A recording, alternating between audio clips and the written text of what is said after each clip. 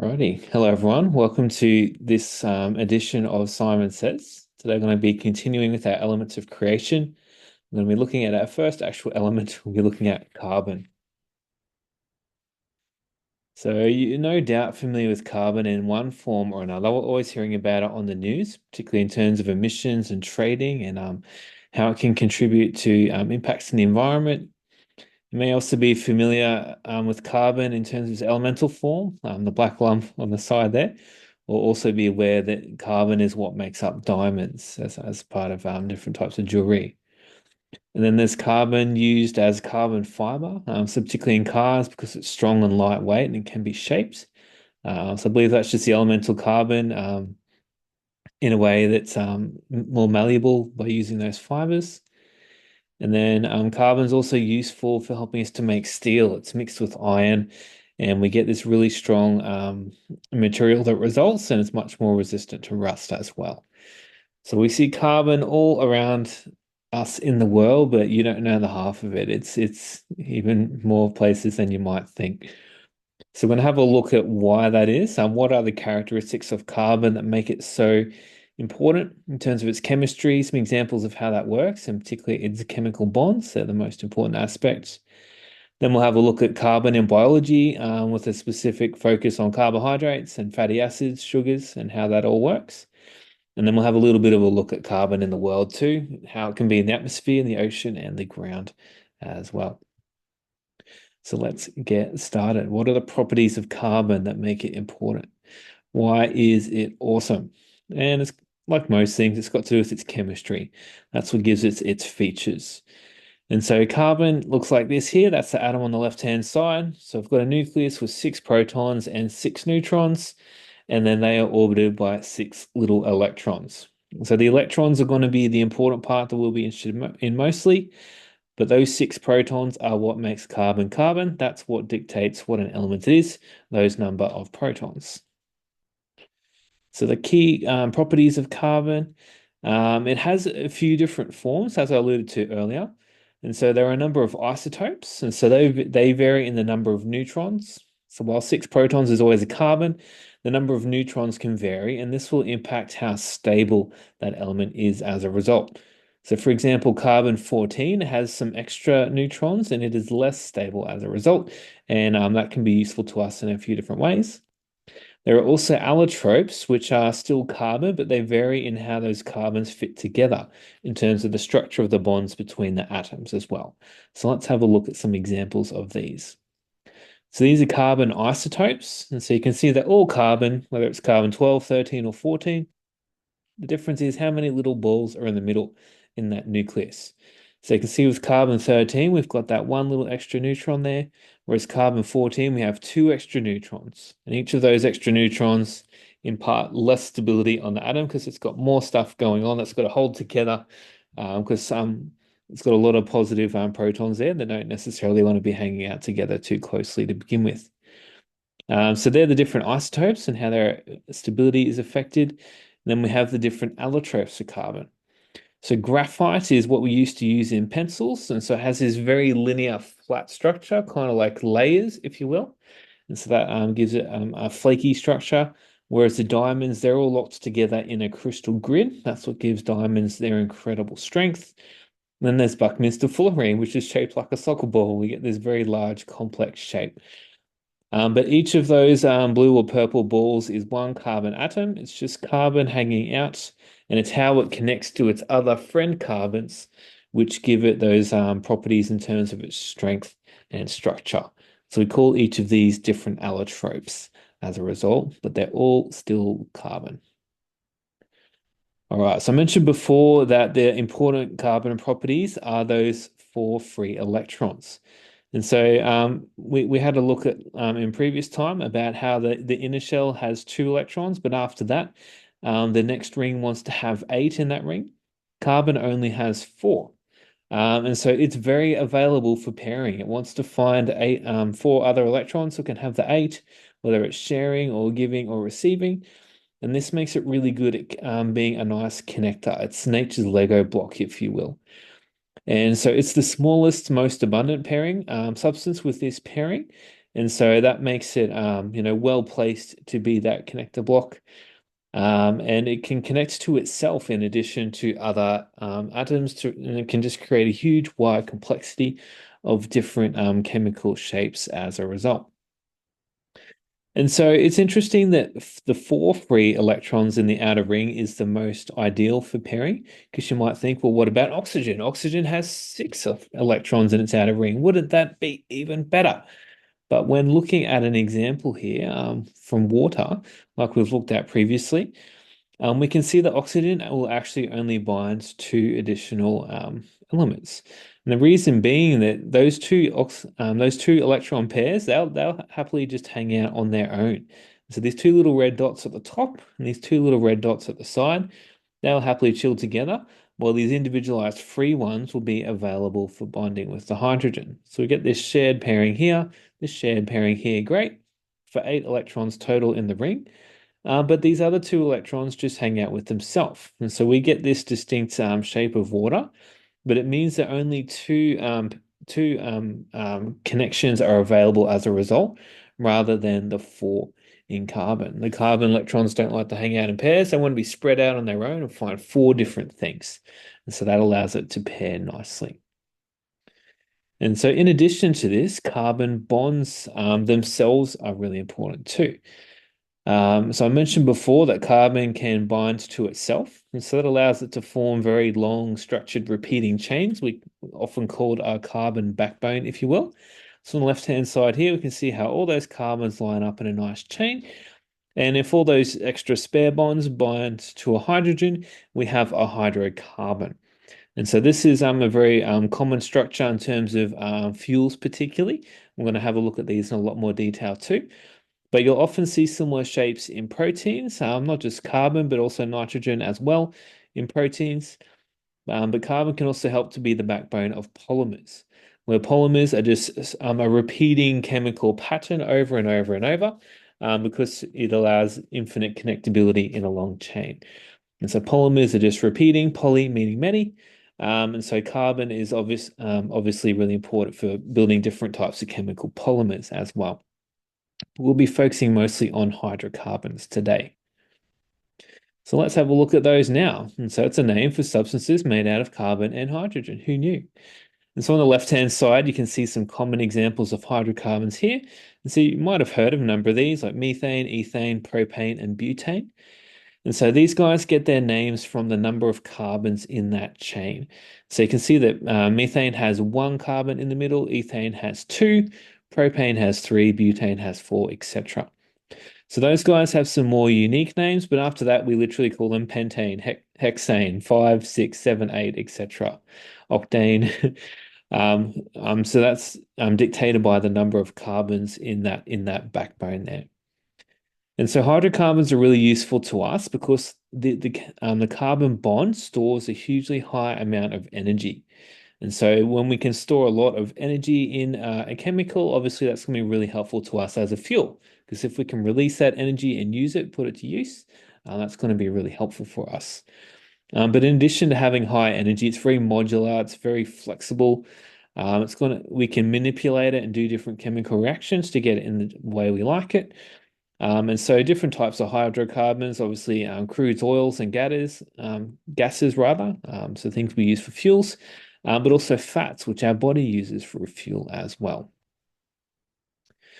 And so this is how crude oil is refined. It's using a process called fractional distillation. So basically, we rig up a tower at different temperatures, and at different temperatures, crude oil is a big mixture of all sorts of different things. And so by distilling them at different temperatures, we can basically separate those mixtures out into a range of different products, which we then use. And so the lightest ones will come at the top. So that's like petroleum gas and gasoline. So petroleum for cars. Then there's a bunch of paraffins, diesel, waxes, those sorts of things in the middle. And then right at the bottom, we've got big chunky bitumen, very large, very chunky molecules, which are much more solid, much more light, and much less likely to be a liquid as a result. And so with this process, we can take that crude oil, all those different carbons, hydrocarbons within it of all varying different lengths, and separate them into the big chunky goopy ones, whereas the smaller, lighter ones at the top we tend to use as cleaner fuels. All right, so hydrocarbons, how do we get that energy out of them? We use combustion reactions, explosions. And so if we get a hydrocarbon and mix it with oxygen, we get a reaction which produces heat and light. So that's the energy that we're interested in, but it also produces water and carbon dioxide. So you might not think of burning something in fire as producing water, but it is there. It just evaporates very quickly because of that heat and light, and it reduces carbon dioxide as well. And so that's why carbon becomes a key talking point in terms of the environment, because every time we're burning these hydrocarbons, we're releasing more carbon into the atmosphere in the form of carbon dioxide. But because of those carbon bonds, we get lots of energy out of this, and that's why they're really helpful to us as fuels. And so this little graphic here shows the amounts of energies in different bonds. We're interested in the ones down here, the carbon and hydrogen bond and the carbon to carbon bond. You can see that at 413 and 347, it's larger than the majority of these bonds here. But it's also in terms of volume too. We can have lots of carbon, we can have lots of hydrogen, we can link them up in nice fancy chains, and to have a whole bunch of bonds available for releasing that bond energy for us to use. All right, so that's why carbon is really helpful in terms of its characteristics in chemistry. We've had a look at how we can use that in fuels and why that's helpful to us as a society. But let's have a look at how God has used carbon in designing living things. How does carbon function in biology? And so a lot of the categories of carbon-based compounds in biology are broken down into carbohydrates, proteins, lipids, which is fats, and nucleic acids. And you'll notice that most of these are on the side of your food labels. We look at the amount of carbs in there, the amount of protein, the amount of fats as well. Nucleic acids makes up DNA. That's really important too, but it's not on the side of your food label. But carbon makes up 18% of our body by weight as a result, because carbon is the basis for all of these different types of chemicals. And so we know it's going to be useful as an energy store, so both in terms of fats, but also sugars, in terms of other nutrients that we eat. But it's also useful for that connectivity. And so proteins and DNA are very long, very complicated molecules. And so carbon plays a role there in terms of being that connector that helps them to form those fancy shapes. It allows them to do the job that they need to do in the body. So I want to have a look at fatty acids now. And so there are a range of different fats. Again, you might have seen some of these on your food label. So there are saturated fats, and chemically, this means that all of the carbon bonds are occupied by an hydrogen. So it's possible to have a chain of carbon, and not all of those carbons are bound to a hydrogen. Sometimes carbon can do a double bond where it uses two of those electrons to connect to another carbon. So when that hasn't happened, we call it a saturated fat. It's holding as much hydrogen as it possibly can. The next example is monounsaturated fats. So unsaturated meaning that it's not entirely saturated with hydrogen, and mono meaning one. So what that means is one bond is unsaturated, and so we have one example of that double carbon-carbon bond instead. Whereas the polyunsaturated fats, poly meaning many, means we have quite a number of those unsaturated bonds. So we'll have a look at some pictures in terms of what these look like as in a moment. You may also have heard of trans fats. They're the nasty fats. And so these are an artificial shape that's made by things we do to our foods. It's not actually part of the body in terms of how it's designed. And so because it's artificial and it's not meant to be there, our body doesn't always do a great job of handling it. And so that's why it can be more damaging to our health as a result. Okay, so we've got some examples of the different fats here.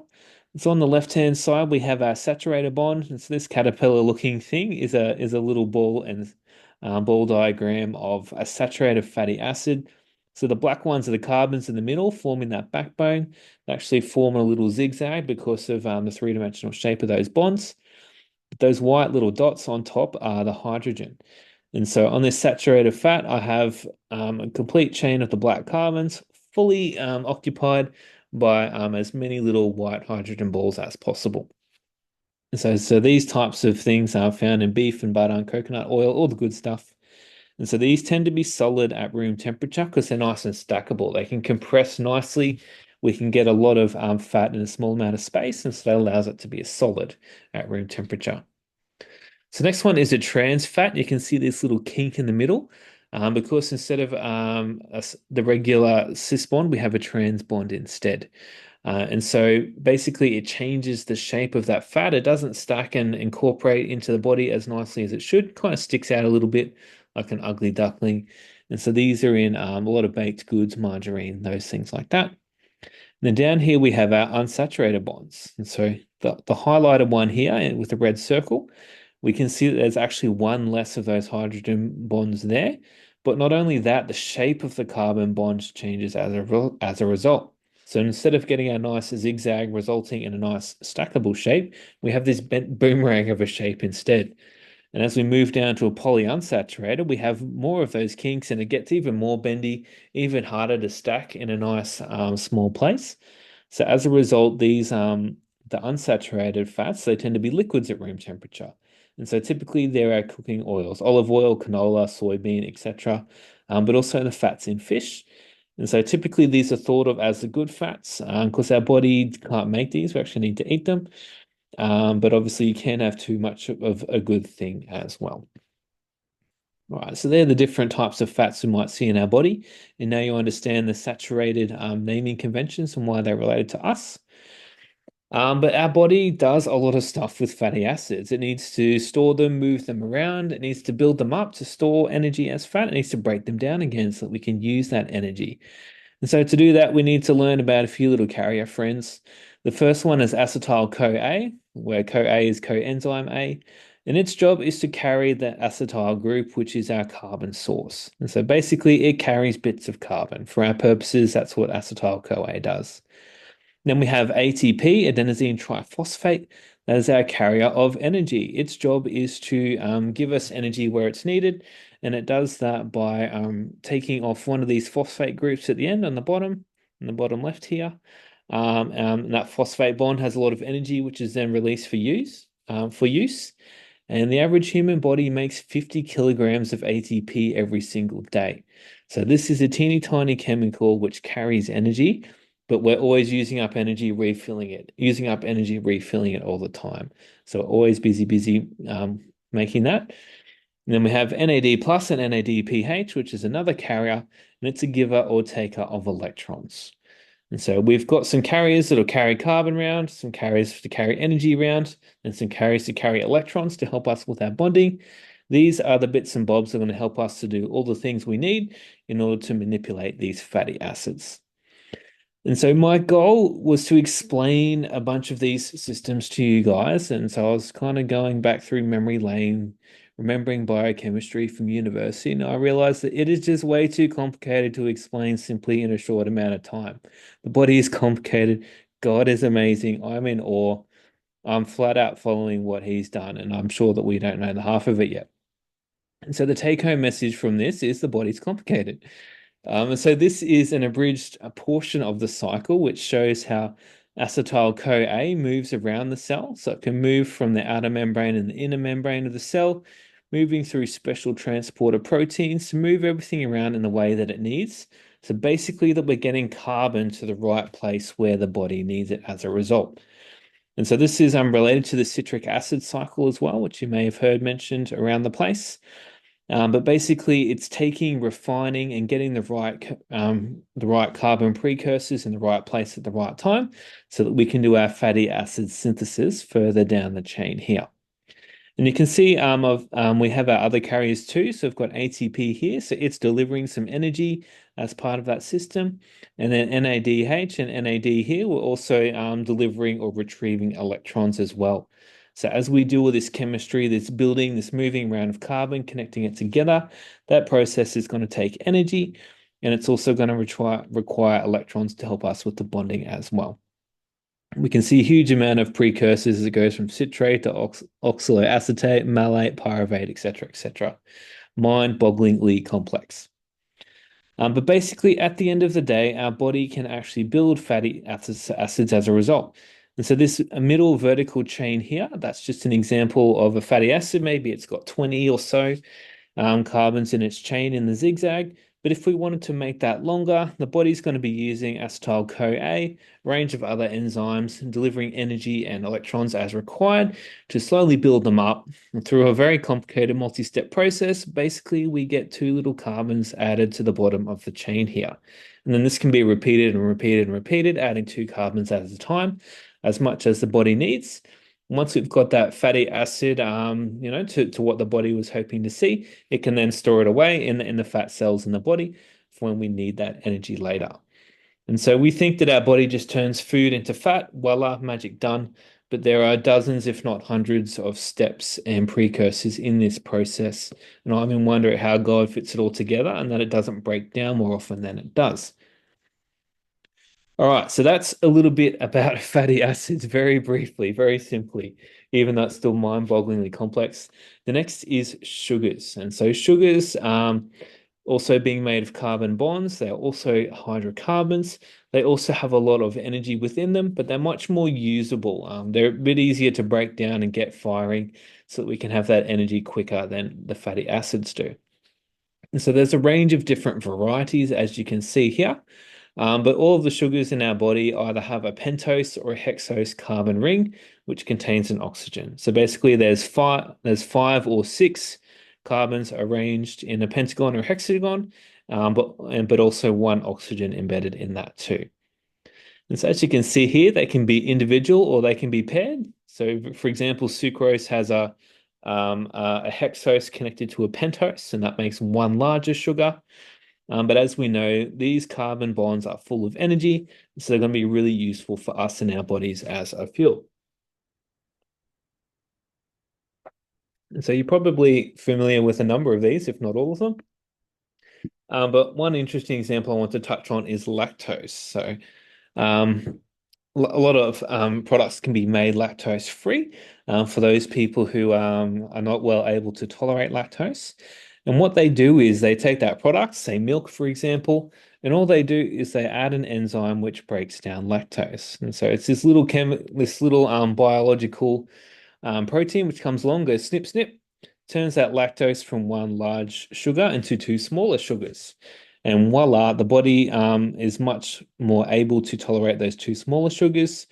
The lactose is gone, it's just cut in half, and we can go about our day. And so that's all they've done with these lactose-free types of products.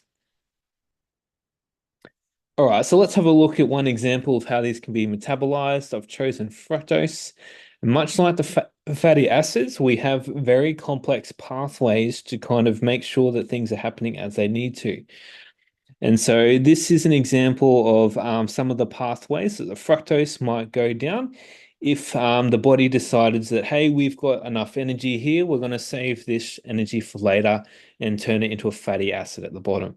And so there's a number of different steps facilitated by a number of different proteins at different places in the body or the cell. And as a result, it goes, hang on, these can be going to fatty acids, or the body can then use them immediately as a food source as well to use its energy needs. So again, and more very complicated pathways. There was how many sugars there? Dozens, steps, things, mind-bogglingly complicated. And then lastly, I just want to touch a little bit on starch. And so starch is actually a very large complex molecule, which is just made up of glucose connected together. And so glucose molecules cannot just connect in pairs, but they can actually connect in a chain. And so we've got three little glucose pairs, and they are these little pairs down here. And so if we're connecting those glucose sugars in a big chains, and then those chains have branches and branches within those branches, we'd have a very big long chain of glucose, and we call this starch. So if you ever wonder what starch is, it's just a big chain of sugar. And so that is potatoes' dirty secret. Why are chips awesome? It's because we're deep frying giant chains of sugar. What else could be better? And apparently we have an amylase enzyme in our saliva, which will actually break down and snip at those bits of starch and actually release glucose. And so apparently if you keep potato in your mouth for long enough, you can actually taste some of that sweetness.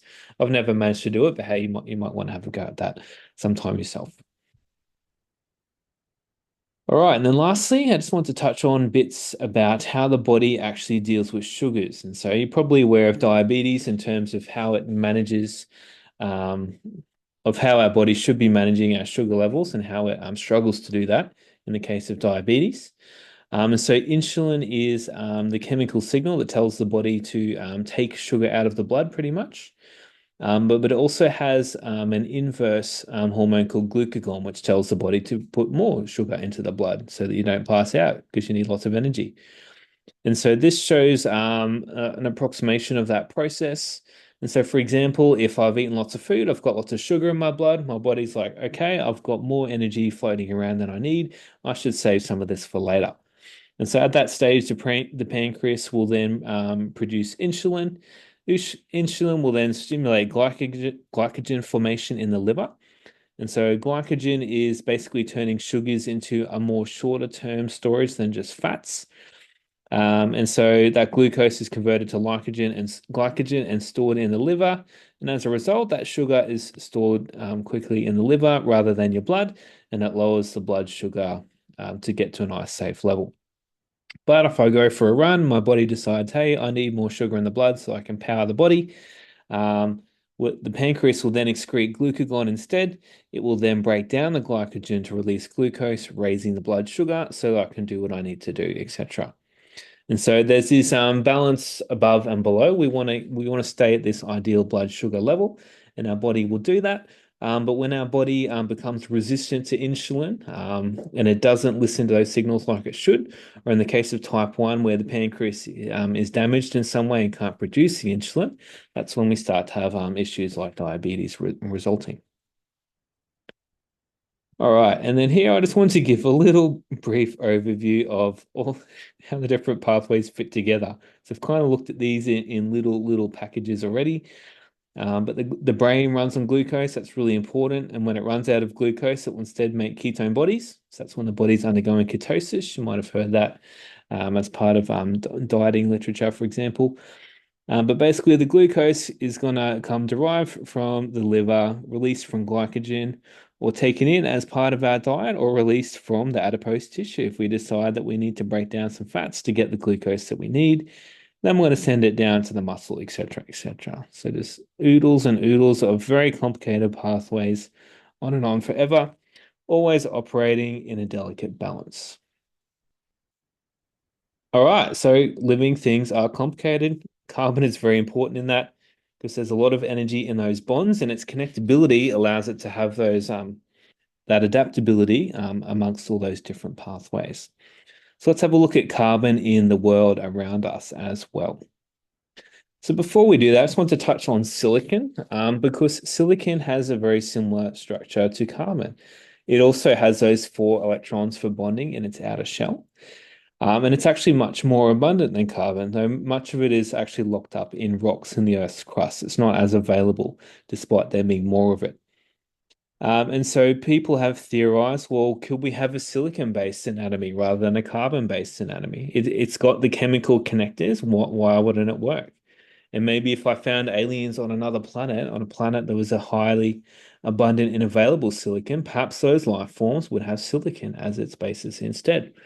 And so sci-fi goes nuts with this, especially because of silicon's used in computers as well. You can imagine the parallels there.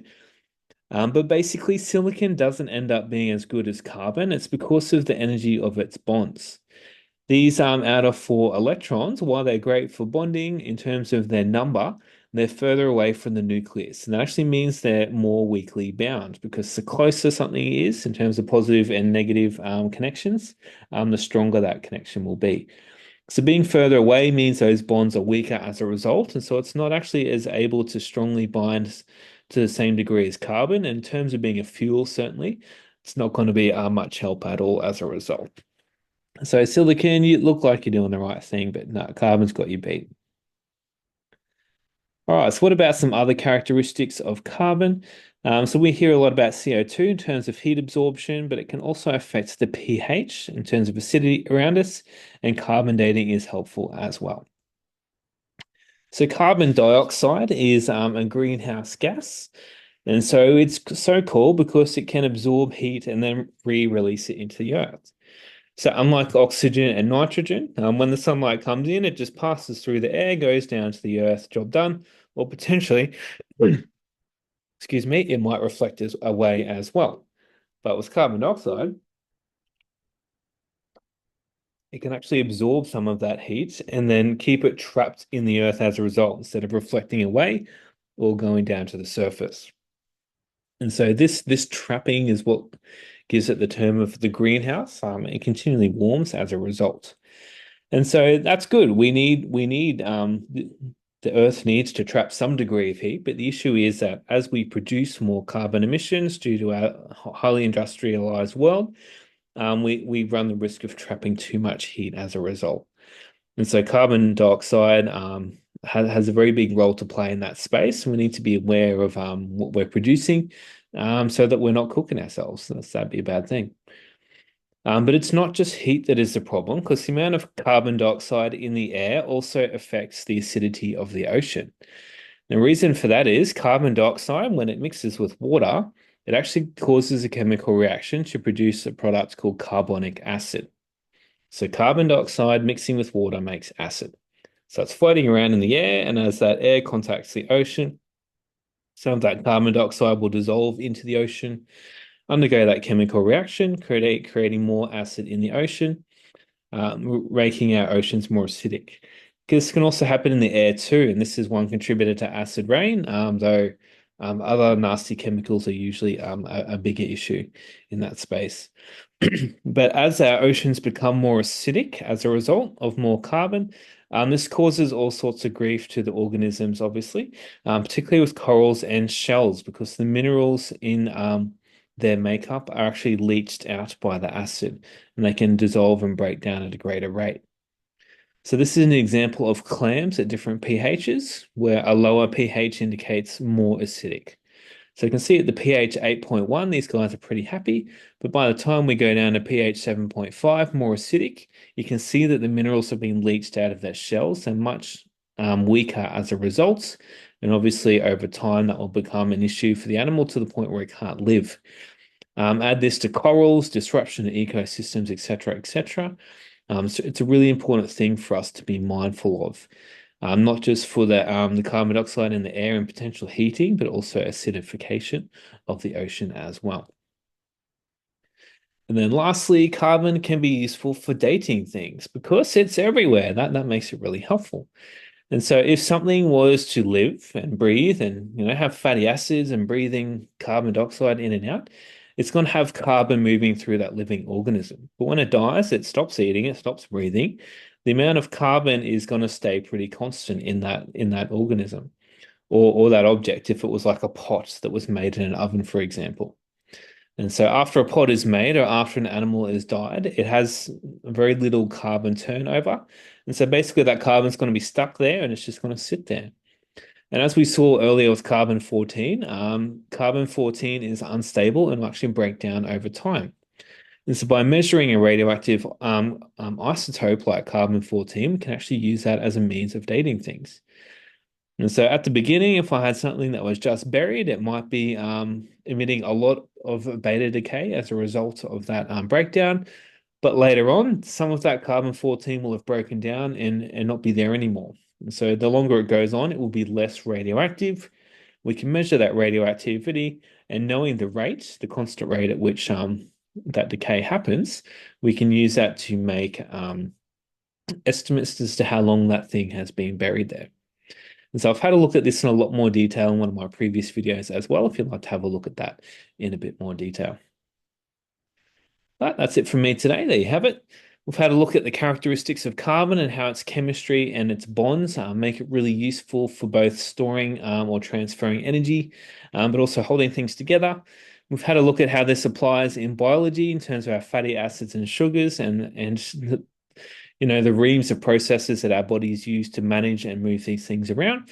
And we've also had a look at carbon in the world in terms of the atmosphere and the oceans, how it's affected, but how we can also measure the age of things buried in the ground as well. So that's it from me today. See you all in the next one. Thanks.